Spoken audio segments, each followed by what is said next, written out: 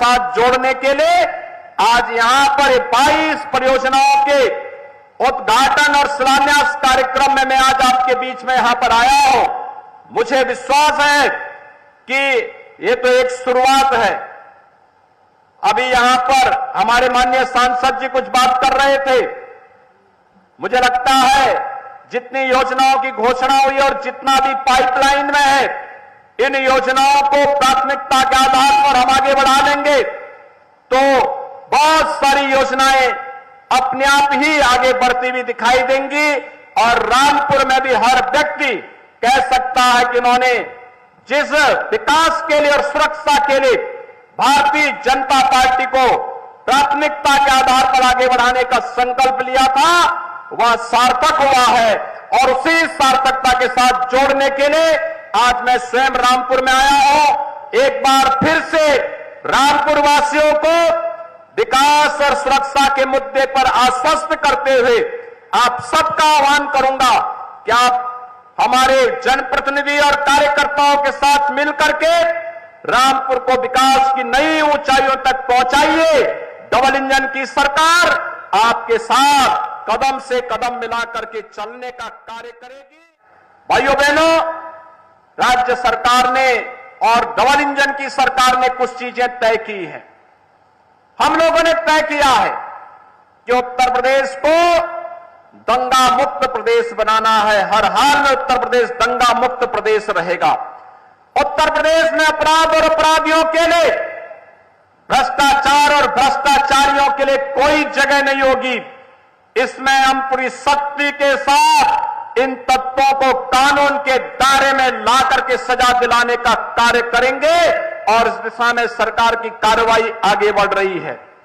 निवेश अनुकूल वातावरण बना करके अधिक से अधिक मात्रा में निवेश प्रोत्साहित करते हुए सरकारी नौकरी, रोजगार और स्वतः रोजगार को एक साथ बढ़ाते हुए अगले 5 वर्ष के अंदर जिन परिवारों ने अब तक कोई सरकारी नौकरी, रोजगार या स्वतः रोजगार प्राप्त नहीं किया है, हमारा प्रयास है कि अगले 5 वर्ष के अंदर उस परिवार के किसी एक व्यक्ति को रोजगार के साथ या स्वतः रोजगार के साथ जोड़ने का कार्य हम इसके साथ बृहद पैमाने पर करने जा रहे हैं।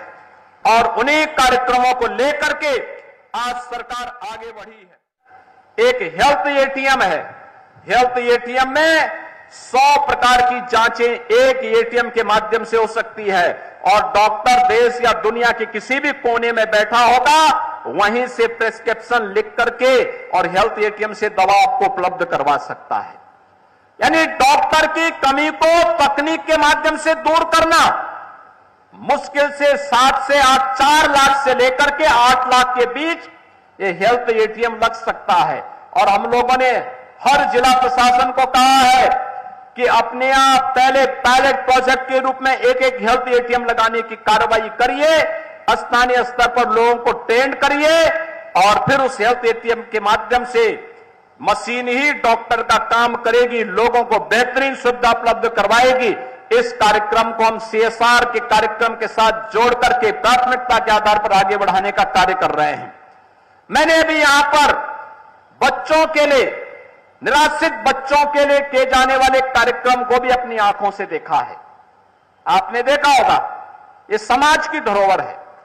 हम सबकी जिम्मेदारी बनती है हम सब भी इस कार्यक्रम के साथ जुड़े और मेरा आप सबका आह्वान होगा कि अधिक से अधिक निवेश के लिए जनप्रतिनिधि और प्रशासन के साथ मिलकर के इन कार्यक्रमों को आगे बढ़ाना और विकास की इस प्रक्रिया के साथ जुड़ करके अधिक से अधिक मात्रा में रोजगार सृजन के कार्यक्रम को आगे बढ़ाने की कार्रवाई को हमें प्राथमिकता के आधार पर आगे बढ़ाना पड़ेगा, क्योंकि ये निवेश और रोजगार ही विकास की आधारशिला बनेगी।